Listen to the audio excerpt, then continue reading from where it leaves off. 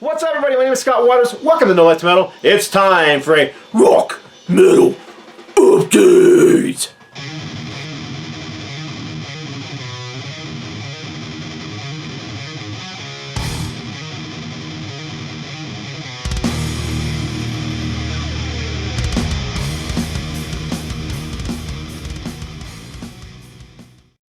That's right. Going to be an all vinyl update. Happy New Year 2020, and thanks for watching and supporting the channel. I'm going to get right into this. It's going to be mostly metal, and it's going to be all vinyl this time around. Going to start off with a band called Ludrost, and this is fantastic. I would describe it as progressive thrash death metal. It's very much progressive, very proggy in its sound, but it's so heavy, and it's definitely influenced heavily by the death metal and thrash. It's got a lot of those influences mixed in, but it's just in this big blender of of progressiveness. It just paints this awesome tapestry that it's hard to explain without actually listening to it yourself. Modrost, Modrost. Check them out on YouTube. And this particular album was given to me by their, I think it's their guitar player. His name is Tanner Puppet. I don't actually remember if he. Hopefully he's the guitar player. I didn't look that up. I should have.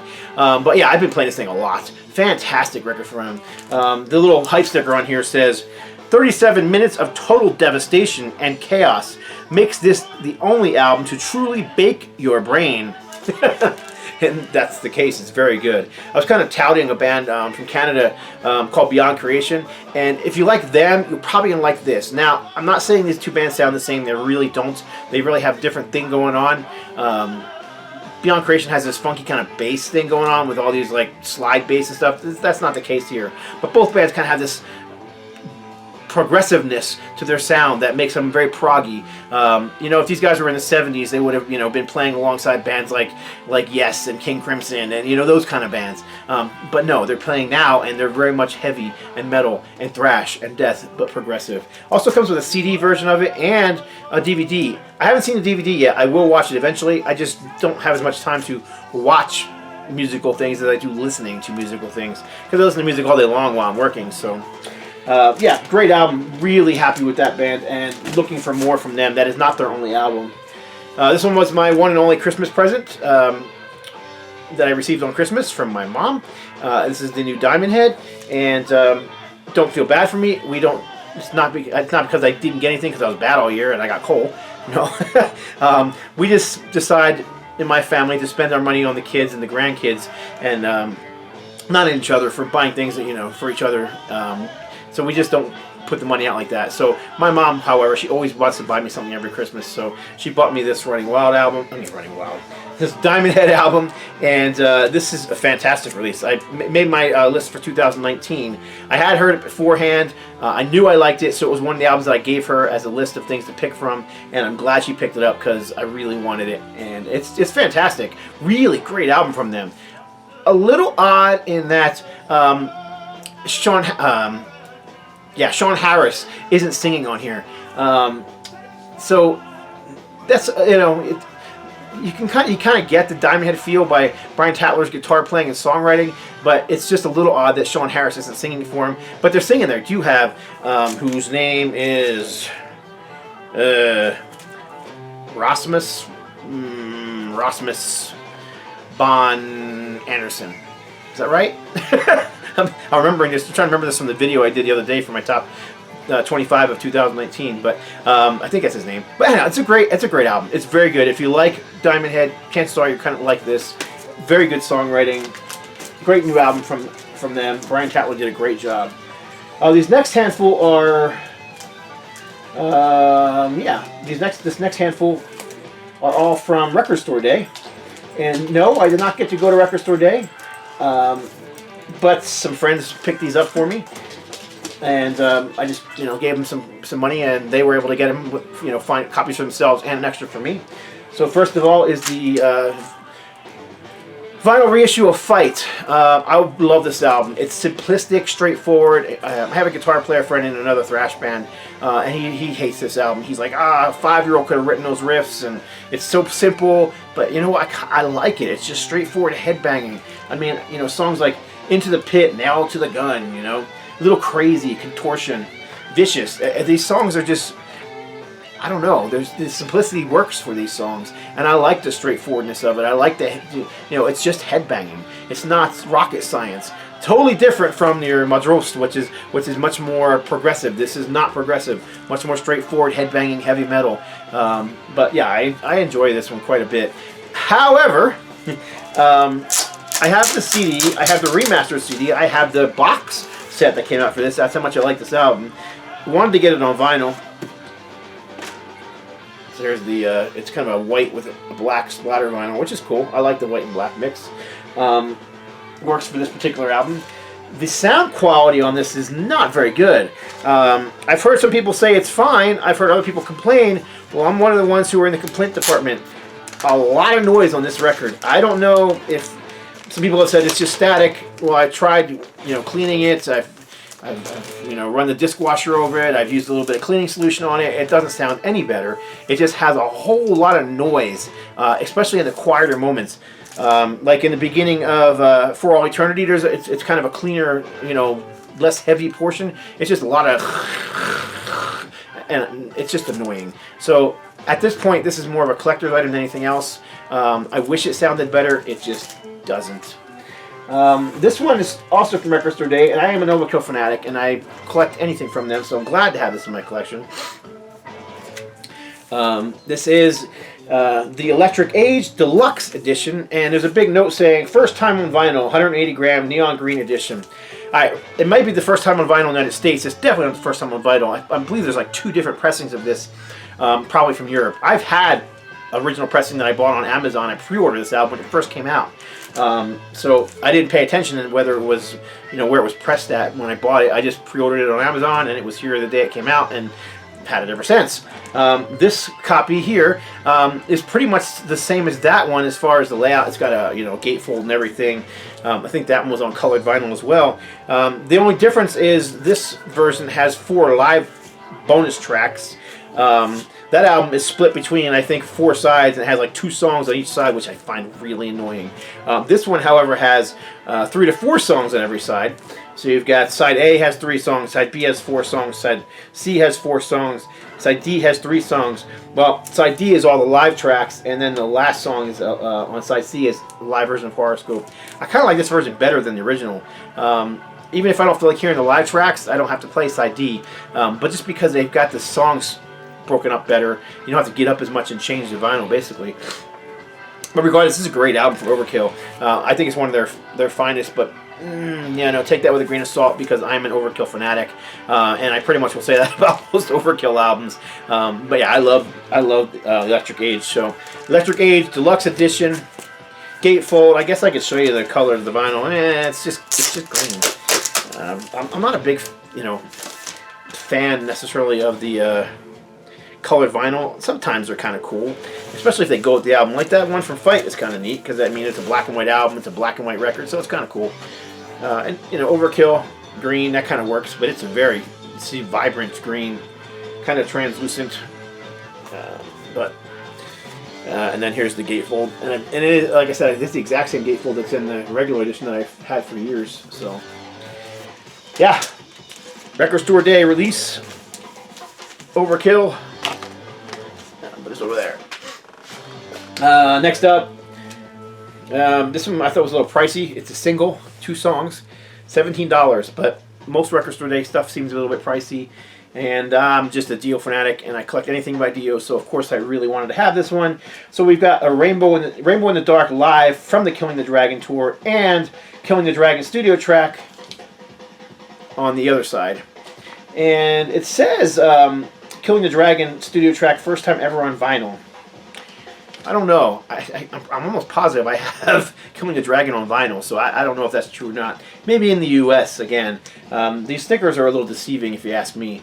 But, cool little picture disc collectible. That's what it is mostly. More collectible than anything else. This one was cool, because I didn't have this one, and I'm glad it came out. I don't know if it was just a Record Store Day exclusive, or if it was a Record Store Day first kind of deal where you're going to be able to get it anywhere. It says exclusive on there. So I don't know if it's sold out and now selling for 3 times its value, which a lot of record store day stuff does. Regardless, I'm just glad to have it. Alice Cooper's Dragon Town. This was after the 80s, Alice went for, it's kind of doing that kind of pop metal sound and glam metal sound in the 80s. This is a return to a tougher sound.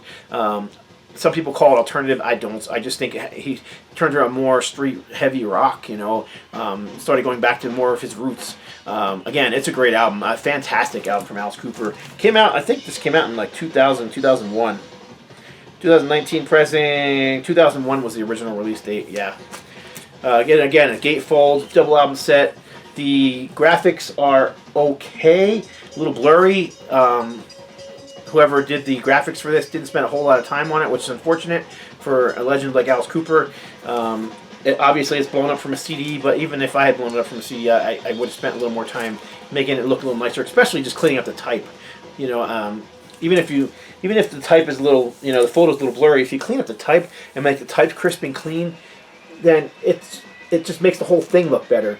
Whereas here, you can just see it's very bitmappy, very broken up, and it looks like it was blown up from a CD, which is unfortunate, but regardless. All right, next up, this is, I went for the week after Christmas, the 26th, through a few days, I was out visiting family in Las Vegas. While I was there, I was able to convince my wife to go to one record store. She's not a fan of record stores.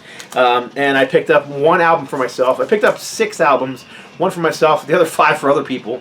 But I picked up Pink Floyd's Wish You Were Here. This is one I've been wanting. It's been on my list for a while. I wanted the reissue because I just know the sound quality is so fantastic. And I've had my original pressing for a long time. And it's okay. It's not a bad pressing, but when it comes to Pink Floyd, I just really want that clean sound, and this has that very clean sound. And also, I've always wanted to have the black plastic with the original sticker on it, which you have here. Mine's actually an upside down for a reason.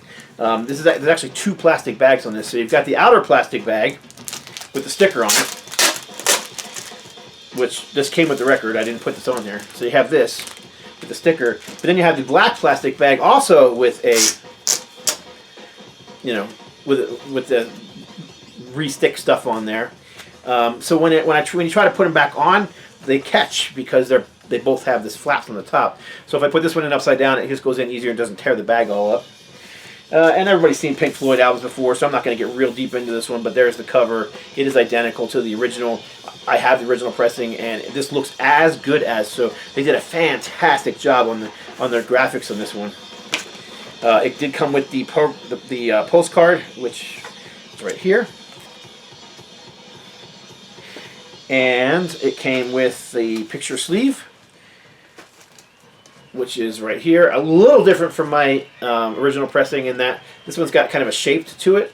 As you can see, it's got 1, 2, 3 corners on it, like cut. This is actually a die cut of some sort. And my original was just square, but other than that, it's exactly the same. And it's just straight black vinyl, and it's got the same identical center ring as the original. So very cool pressing. It's very heavy. I'm probably 180 gram vinyl, or 140 at the least, and it sounds fantastic. Very glad to finally have a clean copy on vinyl. One I could take off the list. All right, next up I've got, I forgot about these. Got me a Mudrost patch and a Mudrost sticker. I love stuff like this. So this came with the record, and I'm just a geek for that kind of stuff. So I got 1, 2, 3 of these. The next 3 are all record store day releases. Sorry. The next 3 are limitedrunvinyl.com releases. Limitedrunvinyl.com. And many of you guys, if you watch my, updates I do for No Life to Metal Graphics or No Life to Metal Records, you know that my record company, No Life to Metal Records, and my graphic company is very much involved in limitedrunvinyl.com, in that I do work for my own label, Rocks Records and Retroactive, so all 3 of those labels are involved in that limitedrunvinyl.com site. However, there is another record company involved called Girder Music, and I have done a little bit of graphics for them. I've done a few things, but I did not do any of these records that I'm about to show at all.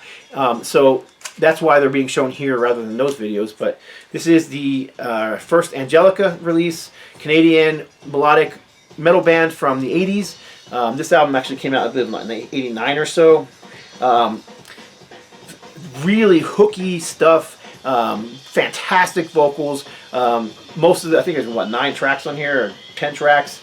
If there's 10 tracks, 8 of them have Rob Rock singing on. Rob Rock, you know, of Impolitary fame, among others. You know, he sang in Rob Rock, and he sang in a bunch of different bands. So Mars Project and Project Driver, that kind of different stuff. But he's just one of my favorite vocals. The guy's just a powerhouse. The guy can just sing, and he sings on this album. And the guitar playing is fantastic. Dennis Cameron is just a total shredder. But he's more than a shredder. He's, you know, he's not just a guy who writes riffs to play guitar solos over. He's a really good songwriter as well.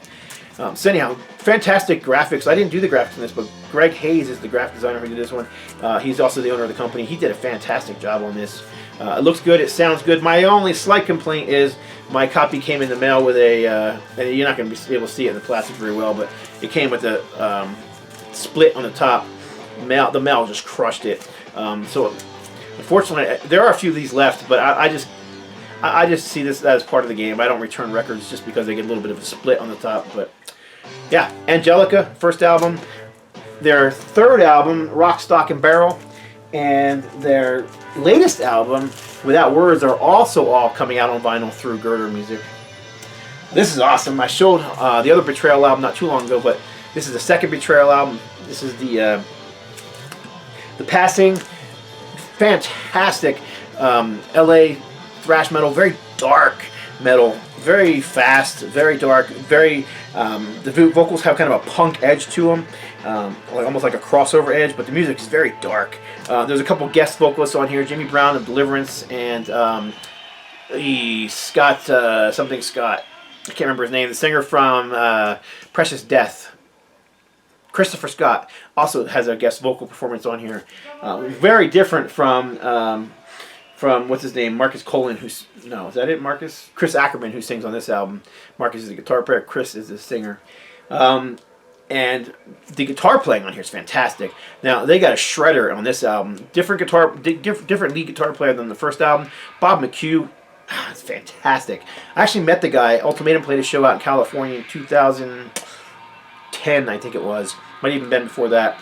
And Bob McHugh was there to...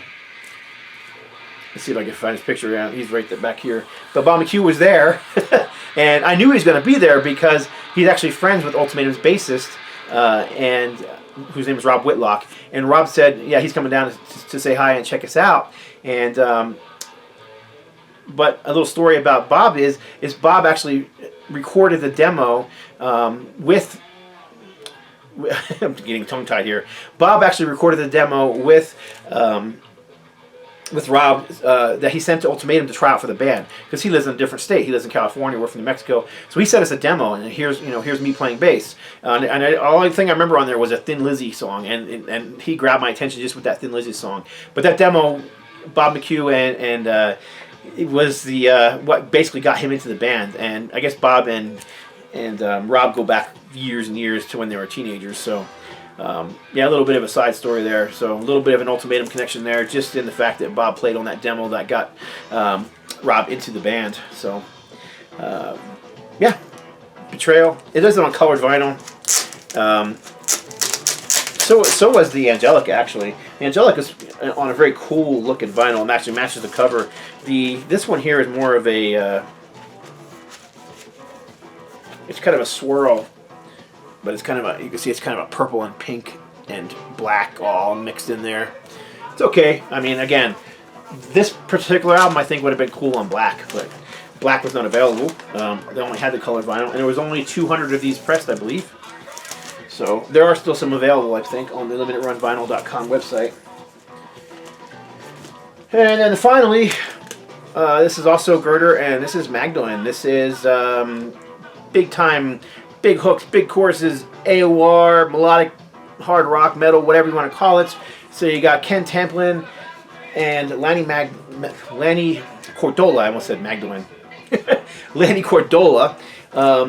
Lanny, who had, of course, played with House of Lords and other bands. He was actually also on, what was the name of that show he was on? Man, he was on a sitcom, and he was in the band for that sitcom for a while too, with Jesse and the something or other.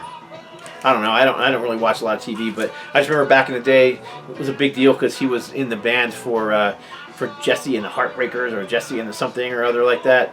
Full House, that was it, and that's him right there, Lanny. Again, Lanny, another shredder. So is Ken, but Ken Tamplin, man, that guy can sing. The guy's got like this incredible range, and he could just sing. Little bit of a trivia here. This is let's see, where's the Angelica. These both actually feature Ken Tamplin on vocals. The one and only song that Rob Rock didn't sing on is the last song on here, Face to Face, and that is Ken Tamplin singing. And man, him and Rob are very close in sound and style on here. Like I said, Ken can sing anything. The other song on this one that Rob didn't sing on is an instrumental, so that's why only 8 of the 10 tracks have Rob Rock on vocals. But yeah, now this is very different. Very, like I said, big choruses, big hooks. Very much in a similar vein to, House of Lords or some of Ken Tamplin's solo stuff. So I think this one is sold out. I'm almost positive this one is sold out. I could be wrong. You have to check the limitedrunvinyl.com site for that short. It's even got the little limitedrunvinyl.com sticker on it. This one does too, but I couldn't get the sticker off the plastic, so I just had to cut around the plastic and put it inside. I like to save the hype stickers. Just another weird little freaky thing I do. Alright, next up we've got 1, 2, 3 records left. Let's do this one first. So, the third album from Anacrusis. This is all 4 Anacrusis records were released by Metal Blade. And glad to finally have them all. I ordered the black vinyl on them. This is one of the black vinyl pressings. There are colored vinyl as well. But limited edition, 2 LP reissue, special vinyl master, etched D-side, 180 gram black vinyl. Don't really care about etchings. I do like the fact that they didn't split this thing onto 2 songs on each side. Instead, it's 3 songs on 3 sides. Sounds fantastic. I mean, this is just brilliant sounding. Great progressive thrash metal. Very much different from the first 2 albums that I showed a few videos ago, and those are progressive thrash too, but this is really getting way more into the prog, way more technical. Kind of like what Voivod did. Voivod started off very chaotic thrash metal, and as they progressed, they got more and more towards the prog rock sound, and that's what you're getting here. It's still thrash. It's still got thrash elements to it, but it's very much getting into the more prog territories. And then this one came out after that, and now you're really into more of a prog metal sound with much less thrash. It's not more focused on the fast picking, the palm muting, the fast double bass. You get some of that, of course, but it's not the main focus. It's not all about speed and aggression. It's more about progressive songwriting, and both these albums, fantastic. Glad they finally came out again on vinyl. I don't know if these 2 were ever released on vinyl. The first 2 might have been, but they're really hard to find, so glad Metal Blade saw fit to bring them back. So both are gatefold. This one actually is music on all 4 sides, so you've got 3 tracks on 4 sides each. There is 1 bonus track on here. It is the song Release, and it is a remix, and honestly I've only heard it once, so I can't really say whether it's that different or not. I can't really remember. This one's aren't being put away anytime soon. They'll be listened to again before they get put on the shelf. Alright, and let's do last one. This is the last one for this episode.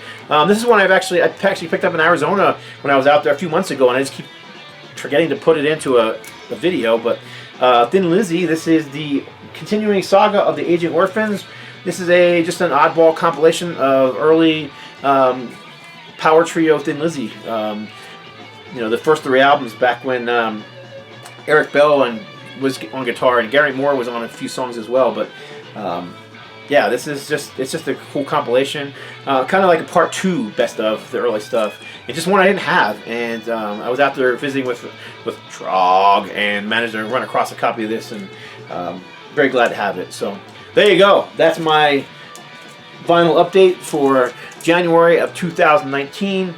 Next up, I will have another update. It's going to be bootlegs and live albums, and also I'm going to do a kind of a thread video somebody suggested to do, and got a bunch of stuff planned for 2020, so I'm excited about it. So anyhow, appreciate y'all watching. very much appreciate when you guys leave comments below. And I will talk to you soon. God bless. Stay strong.